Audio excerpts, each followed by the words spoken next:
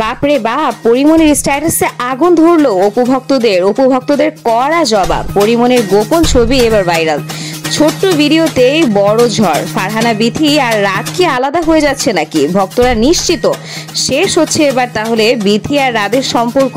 এদিকে লাল পানির নেশায় রাস্তার মাঝে ধপ করে পড়লেন মামুন ভাই। এটা কি দুর্ঘটনা নাকি ষড়যন্ত্র?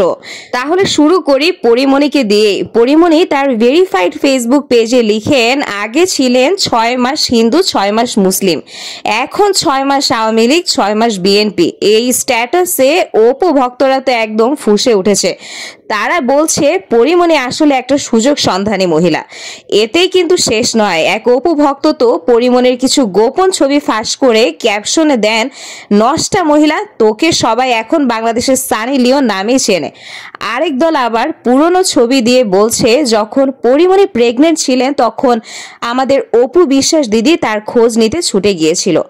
তখন পরিমণি ঠিকই লিখেছিলেন, অপু দি তুমি একটা ভালোবাসা।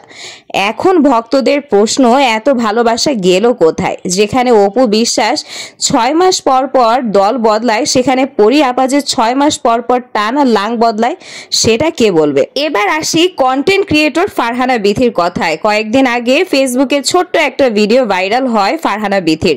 ভিডিওতে দেখা যায় তার চোখের নিচে কালো দাগ পড়ে রয়েছে। এরপরেই শুরু হয় ঝড়। আমাদের রাত ভাই তো এদিকে উদুম কেলানি খেয়ে হাসপাতালে ভর্তি। আর ভিডিওতে পোস্ট করার কিছুক্ষণের মধ্যেই বিথি তার স্টোরিতে আবার লেখেন, আমাদের ডিভোর্স হয়ে গেছে।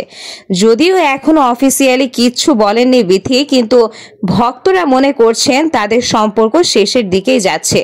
ভক্তদের প্রশ্ন, আসলেই কি ডিভোর্স হয়ে গেছে নাকি এটা ছিল কেবল দৃষ্টি আকর্ষণের ফন্দি? এদিকে আমাদের রাত আম্বানির কিছু ছবি সোশ্যাল মিডিয়ায় ভাইরাল হতেই মন্তব্যের ঘরে একজন ভক্ত লেখেন, এই ছিল বেচারা রাদের ভাগ্যে।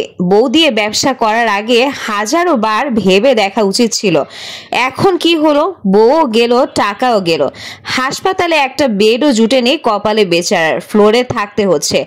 আপন পর কেউই পাশে নেই এই দুঃসময়। বউয়ের সাথে সাথে সবাই চলে গেছে তাকে ছেড়ে। বেলা শেষে পড়ে রইল বেচারা দুঃখী রাত। বউকে এভাবে উঠতে দেবার আগে হাজারবার ভাবা উচিত ছিল রাত ভাই। সবশেষে বলি প্রিন্স মামুন ভাইয়ের কথা। গুজব রটে একটুখানি লাল পানি খেয়ে নাকি রাস্তায় ধপ করে পড়ে গিয়েছিলেন মামুন ভাই।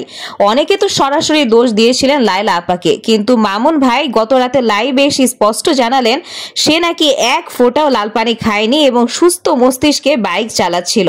হঠাৎ কিছু হেটার্সরা এসে তাকে জোরে একটা ধাক্কা দেয়, তারপর এই দুর্ঘটনাটা ঘটে।